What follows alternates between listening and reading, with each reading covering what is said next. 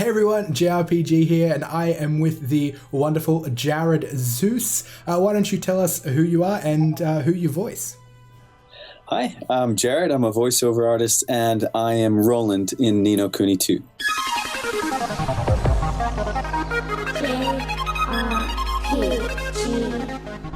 So Jared, you've worked on a number of video game projects in the past. I've seen a big long list. How did your role in Ni no Kuni 2 compare with the others?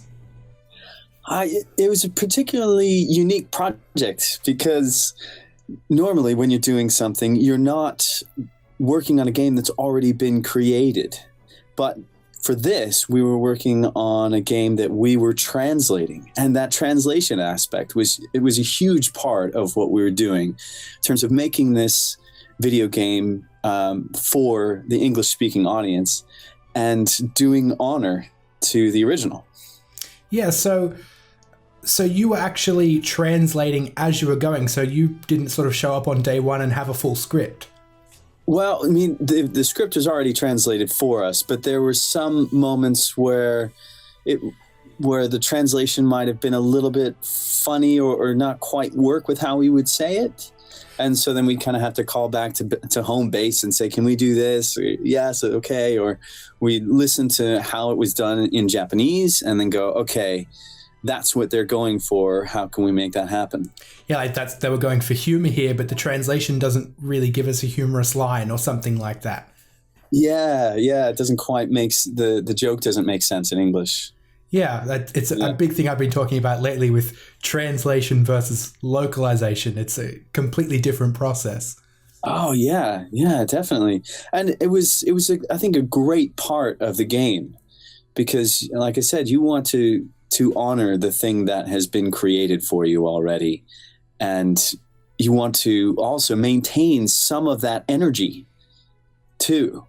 Because if you made it too sort of English, and then you kind of lose a lot of the spirit of the game, I think. Yeah, especially with it being a Studio Ghibli thing, and that very artistic anime sort of presence. Yeah. It's definitely, it'd have to be something tricky for you, I imagine.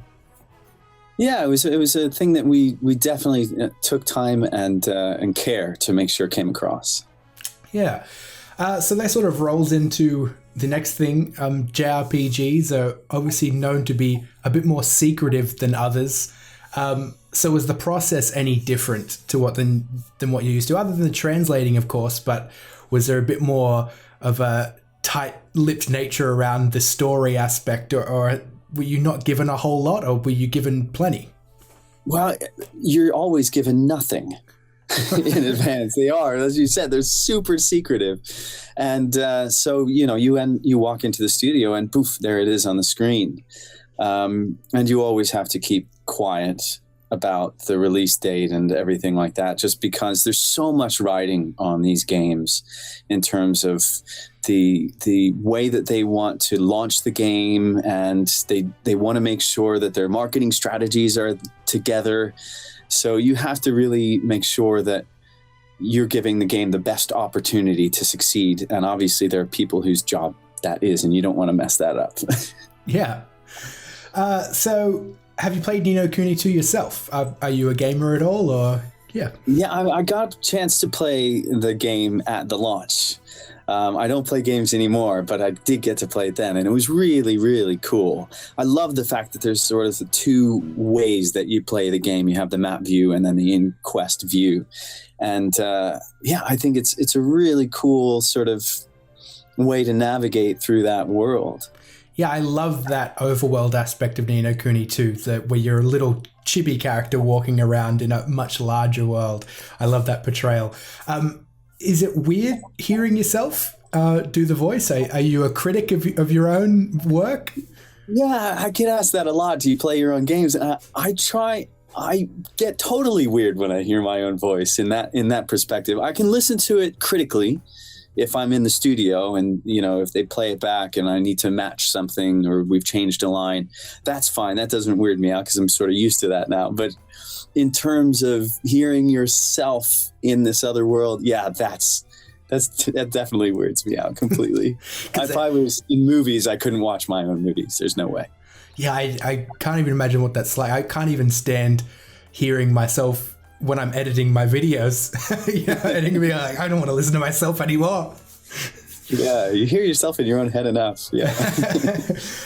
So that sort of neatly rolls into a question from GamingKnight Ninja of Reddit, who asked, how close does Roland fit your own personality and behaviors? Do you relate to him in any way? Yeah, I mean, I'm a father, and Roland has a very sort of father figure type role in this game. And so that was definitely called upon in terms of the way that I was looking at Evan and the way that they communicate together. And so there's definitely a large part of being a father that is about supporting your kids and championing them. And so that was a huge part of Roland's role too. And, with fighting and stuff, I love doing video games because I spent a long time being a head instructor at a martial arts studio. And so I got a chance to kind of use all that stuff, all that energy that we used to use when we were training and sparring and things, and got to use that in the game too. Yeah, so I mean, obviously being a martial arts instructor, that's like a mentor role, it's a teaching role, it's a leadership role, and it's a fighting role as well, surprisingly enough. Yeah. And so he's got all those things sort of bound up within him, and it's great. It's great. I think it's one of the things that in stories is one of the most interesting aspects, that sort of mentor role when you've got that, the older generation sort of helping the younger generation kind of grow. I think it's a brilliant aspect to have in stories. Speaking of Roland's story, I guess, in terms of his character development, his narrative, it has the most twists and turns, I think. Everybody was sort of thinking like he shows up and it's like, well, why is he there? And then you spend most of the game wondering why he's there, and then things happen. And were you ever confused about what you were reading? Did it all just sort of make sense? They do a really amazing job of explaining sort of what's going on before each scene. And you spend some time sort of talking through so that when you jump into starting to record, you know exactly what's going on and where you're coming from and going to. He does have sort of a confusing and an interesting storyline in terms of what's happening within him throughout this whole story, because his is one of learning and growth as well. And so yeah, he's got to go through this section of jumping back what we think in his life in a way, and then jumping forward. So that was a really fun journey to go on with him. Yeah. This is a question from Private Puddles of Reddit, who asks, were there any lines or scenes that were more difficult to voice than others? And this sort of comes back to that whole idea of his twists and turns. He was a lot older in the post-game scene. So did you have to voice things differently? Yeah, definitely. They wanted to have a sense of him when he's sort of in the main body of the game as being a lot younger, and also kind of enjoying that aspect of him being younger. But even though he is younger in the game, his mind is still the sort of older person, as it were. And so we definitely wanted to make sure that when we got to that phase of the game, or to that scene, that it was quite clear that was kind of who he was inside and who he was originally, if that makes sense. Yeah. So we had to work on doing that and making sure his voice sounded a little bit older, a little bit deeper, things like that. And a little bit very optimistic, I think, in that post-game scene. I only watched it not that long ago, and it was, he sort of had a bit of a pep in his step. In a way, it seems like he learned through Evan kind of how to be positive again, because Evan is ultimately such a sort of driving force of positivity, and that perhaps he forgot about, became a bit cynical, in his own life. I suppose I don't have to ask this one. It might be obvious, but the parts of the game that you've played or that you're familiar with, do you have a favorite character other than Roland, other than the one you voiced? For me, actually, it is Evan, because not only is the acting great, and Claire's incredible, and she does an amazing job of creating that character, but I think for me it is that thing of just that huge amount of drive and positivity that you can find within that character, and I think that's great. And they do it in such an amazing way where it doesn't seem cheesy. It doesn't feel cheesy. It feels real. And to me, that's particularly important in a way, and a particularly good thing to have in a story, where that type of thinking isn't sort of like, oh, come on. Yeah. Boring. You know what I mean? You buy it. And I think that's one of the brilliant things about this, the way that this story is told, is that you can, it's a little bit Rudy. Do you know the movie Rudy? No, it's a little bit like that, and you go, yeah, come on. Yeah, he's because he's still a child, really, Evan. And he's got that child's optimism. That he can only go forward in life, and it definitely comes through in the story, I think. Yeah, and I think that's an important thing to carry with us. And supposedly, we were talking about it earlier, that's part of the thing that Roland is learning to carry that with him too. So one of the most asked things on the internet when I put out a little search for questions from fans, and it's something that I had in mind too, was that one of the biggest criticisms of the game was the voice acting was really good, but there wasn't enough of it. So it was sort of like people were like, we want every scene to be voiced. So were you aware during the process of sort of how much of the game was going to be voice acted? Were you aware that you were going to be jumping from a lot of text to a fully voiced scene and back and forth?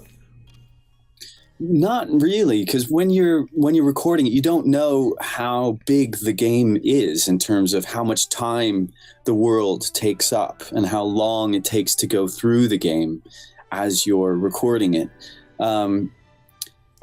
And so while you're doing it, you just kind of take it as read. And I can totally understand that, because that's a bit, I could see how that could be a bit sort of different to how games are usually, where you're usually just scene and then play, scene and then playing again without having written text. But I think if I'm guessing it correctly, I think it was part of their vision of connecting it with the earlier game, and also making sure that it was a sort of part of that continuing style that they're working for.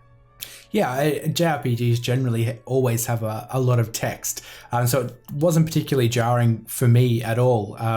There were some times where I think, why didn't they just continue on? Like sometimes they would have a scene where it would be voiced, and then it would just like cut off, and then they'd play out the last minute with text. And why didn't they just keep going? But yeah, in general, I absolutely loved the voice work. Roland in particular, that's why I sort of reached out to you, and I love doing these because it's amazing to see the voices behind the character, because you guys bring it to life in a way that we wouldn't be able to if we were just reading text, I don't think. Right, yeah. I was talking to someone a couple of days ago about it, and there's a lot more sort of audio books and audio sort of dramas happening. And there is something that happens within our imagination as well, that we're able to visualize things so well. And voices can help raise that to a completely different level. Very, very different than if you're just reading something. You get that extra sense of depth and experience, and someone else's take on it too. That's a really important thing, is just that extra mind, and wherever they're coming from their perspective, you can learn things about what you're working on. Yeah, I think it's a sort of an important thing. If we were just reading text, it can often be we personalize the characters in our own way, where you guys are sort of doing the work of the original developer's intent. Like, you work from the original developers who go to the localization team. So you guys are sort of bringing to life what the developers actually meant for us to feel for these characters. Yeah, and there's always something that somebody in that process will bring up that nobody had thought of before. You know, and it's that collaboration with all these other people that make the tapestry of the game that much richer too. We do have sort of a last question that is inspired by one from Red Monkey of Reddit. I've just tweaked it a little bit. And I know it's been quite a while since you were immersed in the role of Roland. The role of Roland. But can you remember any parts or lines that you particularly enjoyed? Or did you have any favorites to voice? Yeah, I mean, generally, I think there's one particular scene where they're sort of on a mountaintop and Evan is wondering about what to do, and it's generally those scenes where Roland is trying to convince Evan that, you know, you can do this. I'm going to stand behind you. You know, that sort of fatherly and sort of supportive role that he plays for Evan. Those are the ones that I like the most. Yeah, it's a little bit cheesy, but I like him. It's who Roland is, isn't it? And he's not only the biggest mystery point of the game, he's also the biggest father figure. Yeah, there's also that other scene where they're gonna where they're doing that little. I don't want to give too much away, but they're doing a little bit of play acting, and the scene where they have to do the kiss. Yeah, I love watching that scene. It makes me laugh. That's such a great part. I do love that part of the game as well. So that was awesome. Thanks so much for sitting down with me. Ton of fun. Thanks for having me. Now, did you want to tell the people out there where they can find you, if they can find you social media wise, or anything you're up to at the moment, or anything you can let us know about? Well, I'm terrible at social media, unfortunately. And usually, I mean, you and I were talking about this before, usually you can't really talk about all the fun things that you're doing because you've got all these NDAs that are in place. And so the sort of most exciting thing that you're like, you can't say anything about them. But it's obviously good to hear that you've got some stuff coming up then, so we can look forward to your voice work soon. Thank you very much. It was good talking. So I'll have, I won't have links to any of that in the description because there's nothing to link to. I would like to thank you once again. And I mean, I could ask you to be Roland and tell everybody to subscribe because you're the president. They'd have to do it, right? But how about we'll just settle for getting everyone to jump down to the comments and telling us what they liked most about Roland in Ni no Kuni 2. And hopefully we'll get a bunch of nice comments to go through. All right. Thanks for liking, subscribing, and sharing, guys. I'll see you all soon.